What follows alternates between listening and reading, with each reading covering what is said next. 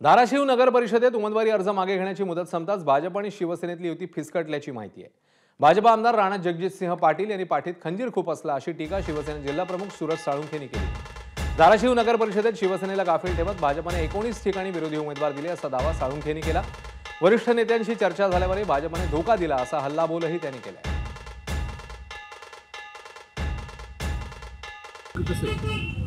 आता धाराशिववरून तर बघा धोक्याचं नातं आहे। भाजपनं आम्हाला धोक्याचं नातं दिले। शिवसेनेच्या चिन्हावर किती नगरसेवक 17 ठिकाणी आम्हाला सांगितलं गेलं तुम्ही 17 ठिकाणी फॉर्म भरा। पक्षाकडनं आम्हाला 17 ठिकाणीच फक्त मी फॉर्म दिले गेले आणि तेवढे आम्ही भरले। 41 उमेदवार असताना देखील नगराध्यक्ष उमेदवार आमच्याकडे 10 असताना देखील ही युती म्हणून आम्ही केलं आणि बदल्यात आम्हाला काय तर धोका दिला आम्हाला भाजप। एबीपी माझा, उघडा डोळे बघा नीट।